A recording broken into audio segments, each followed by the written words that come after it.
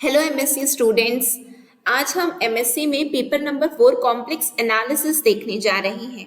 और आज का जो हमारा जो टॉपिक है वो जो हमने लास्ट क्लास में अपना टॉपिक कवर किया है कॉसी रीमान इक्वेशन।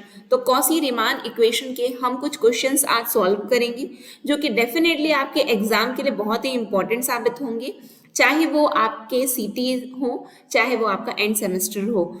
और ये आपके कॉसी रीमान से क्वेश्चन आपके नेट सेट में भी आते हैं, तो उसमें भी वो हेल्पफुल होने वाले हैं। तो आज की क्लास को हम स्टार्ट करते हैं। क्लास को स्टार्ट करने से पहले यदि आप चैनल में पहली बार आए हैं तो चैनल को सब्सक्राइब कर लीजिएगा, साथ में बेल नोटिफिकेशन को ऑन रखिएगा जिससे हम जो भी वीडियो डालें तो आप तक पहुंचती रहे। सेशन यदि आपको अच्छा लगेगा तो लाइक ज़रूर करिएगा, ज़्यादा से ज़्यादा लोगों तक शेयर भी ज़रूर कर दीजिएगा। तो चलिए हम आज की क्लास को अपनी स्टार्ट करते हैं। कॉम्प्लेक्स एनालिसिस में जैसा कि मैंने आपको बताया है कि हमारा जो टॉपिक है वो है quasi Riemann equation. Quasi Riemann equation को हमने प्रूव अपनी पिछली क्लास में कर लिया था। आज जो हमें करना है वो है इसका क्वेश्चन। तो हमारे पास में क्वेश्चन यदि दिया रहे कि if f z equals to z q, और हमको बोला गया है कि कॉसी रीमान इक्वेशन को इसमें प्रूव करो। प्रूव कॉसी रीमान इक्वेशन है ना, प्रूव कॉसी रीमान इक्वेशन। ठीक है, तो हम ऐसे क्वेश्चंस को कैसे सॉल्व कर सकते हैं उसको हम लोग आज की क्लास में देखेंगे। ठीक है, आप लोग यदि नोट बना रहे हैं अपनी नोट शीट तो आप लोग बिल्कुल नोट डाउन करते हुए चलेंगे, अदरवाइज आप इसको क्लिक कर लेंगे और अपने पास में रखेंगे जो कि आप इसको पढ़ेंगे ज़रूर। ठीक है, तो यदि हमें दिया क्या गया है, एफ जेड की वैल्यू जेड क्यूब दी गई है। यदि हम इसको डिफ्रेंशिएट करेंगे यानी कि इसका हम एफ डैश जेड लिखें, क्योंकि डिफरेंशिएशन का साइन मैंने पिछली क्लास में बताया था। If a function is differentiable then we are denoting that function by f dash z. तो एफ डैश जेड यदि आप डिफरेंशिएट करो विथ रेस्पेक्ट टू जेड तो क्या हो जाएगा आपका वैल्यू 3z²। आप लोगों ने पढ़ा होगा अपने 12th क्लास में डिफरेंशिएशन। ठीक है, तो एफ डैश जेड की वैल्यू हमको मिल गई है। बट वी आर नोइंग ना कि जेड क्या होता है, z x plus iota y होता है। ठीक है, और यदि हम बात करेंगे कि लेकिन हमें क्या दिया हुआ है, हमें तो जेड क्यूब दिया है अल्टीमेटली ना, तो जेड क्यूब की वैल्यू क्या हो जाएगी, एक्स प्लस आयोटा वाई का cube. A plus b the whole cube का यदि हम फॉर्मूला लगाएंगे तो x cube plus iota y cube plus 3x² iota y plus 3x iota y का स्क्वायर। सॉल्व करिए आप सभी लोग। X cube plus iota cube y cube plus 3 iota x y और x का स्क्वायर है प्लस 3x, यहाँ पे आयोटा को पहले लिख दे रही हूँ, 3 आयोटा x और y का स्क्वायर, और ये क्या है, आयोटा का भी स्क्वायर हो गया। ठीक है, वैल्यू क्या आ रही है हमारी, x cube plus iota cube की यदि हम बात करें तो आई स्क्वायर, अपने को आयोटा स्क्वायर -1 होता है ना, आयोटा स्क्वायर क्या होता है -1। तो आई क्यूब की यदि हम बात करेंगे तो क्या हो जाएगा, -1 और आयोटा यानी कि माइनस आयोटा वैल्यू आ रही है हमारी, है ना। तो क्या आया, माइनस आयोटा वाई क्यूब, और यहाँ पे क्या है 3 आयोटा x² वाई, और माइनस क्योंकि आयोटा स्क्वायर -1 होता है 3x और यहाँ पे वाई स्क्वायर। इसका हम क्या करते हैं, इमेजिनरी और रियल पार्ट को एक कर देते हैं, तो क्या हो जाएगा एक्स क्यूब माइनस 3xy², ये हो गया। फिर उसके बाद में हम आयोटा को बाहर निकाल देंगे तो क्या आ जाएगा हमारे पास में 3x² माइनस में क्या आ रहा है हमारा, हमने प्लस दिया है ना, तो माइनस में वाई क्यूब।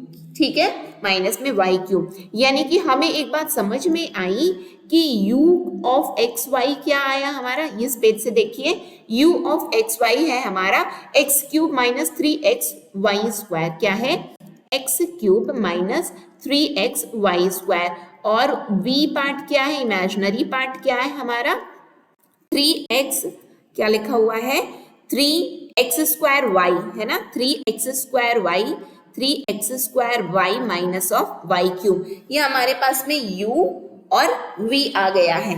ठीक है, अब हम लोग क्या करेंगे इसका, जैसे कि कॉसी रीमान इक्वेशन क्या होता है, तो यदि पिछली क्लास नहीं देखा है आपने तो आप लोग देख लेंगे, उससे आप लोग को समझ में आएगा।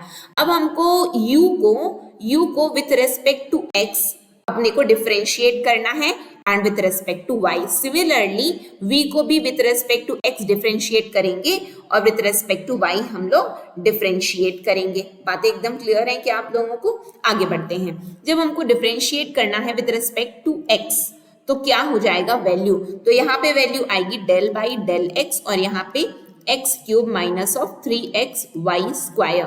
वैल्यू क्या आएगी आपकी 3x square minus 3y square. क्यों? क्योंकि डेल बाई डेल x का क्या होता है, del x by del x 1 होता है वैल्यू। ये हो गया हमारा यानी कि del u by del x, ये एक वैल्यू आ गई। इसको क्या दे देते हैं हम लोग, इसको इक्वेशन नंबर 1 दे देते हैं।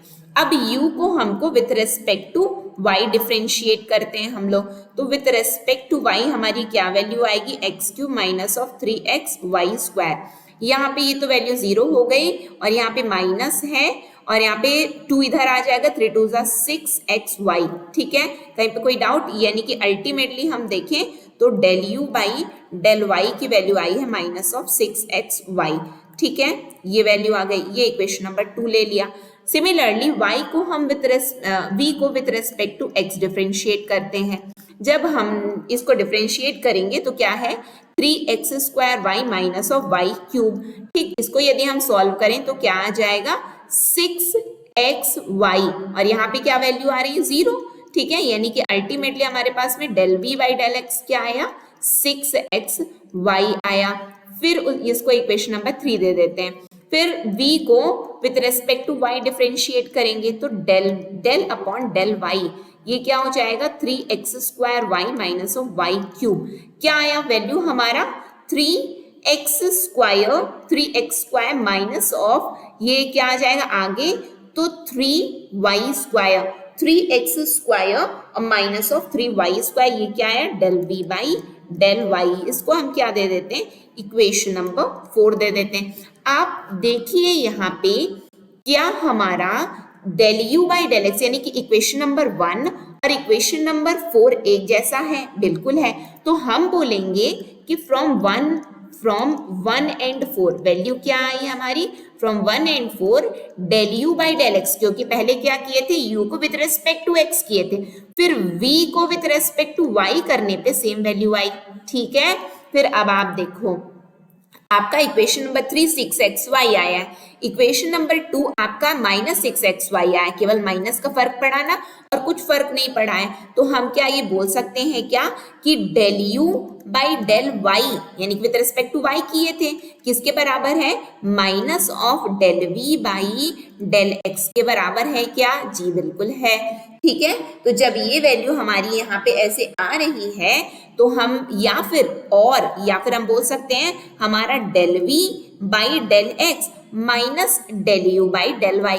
चाहे मतलब आप ऊपर जैसा लिखा है वो भी लिख सकते हैं, नीचे जैसे लिखा है। क्यों? क्योंकि केवल माइनस का ही तो फर्क आया है और तो कहीं पे कुछ फर्क नहीं आया। ये कहाँ से आया? From 2 and 3। ठीक है, तो यहाँ पे हमें एक चीज समझ में आई, ऊपर वाला जो डेल u की वैल्यू माइनस में थी और डेल v प्लस में था, आई थिंक, है ना? ऐसा ही है ना? जी बिल्कुल ऐसा है। तो मैं ऊपर वाले को काटूंगी, नीचे वाले को ही केवल कंसिडर करूंगी, ऊपर वाले को मिटाती हूँ, ये वाले को, है ना? नहीं तो आप लोग कंफ्यूज हो जाओगे कि कैसे, वो तो है ही नहीं। ठीक, जब आप लोग सॉल्व करोगे तो इसलिए तो फ्रॉम 2 एंड 3 क्या होगा हमारा del v by del x minus del u by del y के बराबर है। यहाँ पे हमें समझ में आ रहा है कि जो हमारा कॉसी क्या था, ये हमारा कॉसी रीमान इक्वेशन क्या बोलता है, यही तो बोलता है कि del u by del x del v by del y के बराबर है और del v by del x minus del u by del y के बराबर है।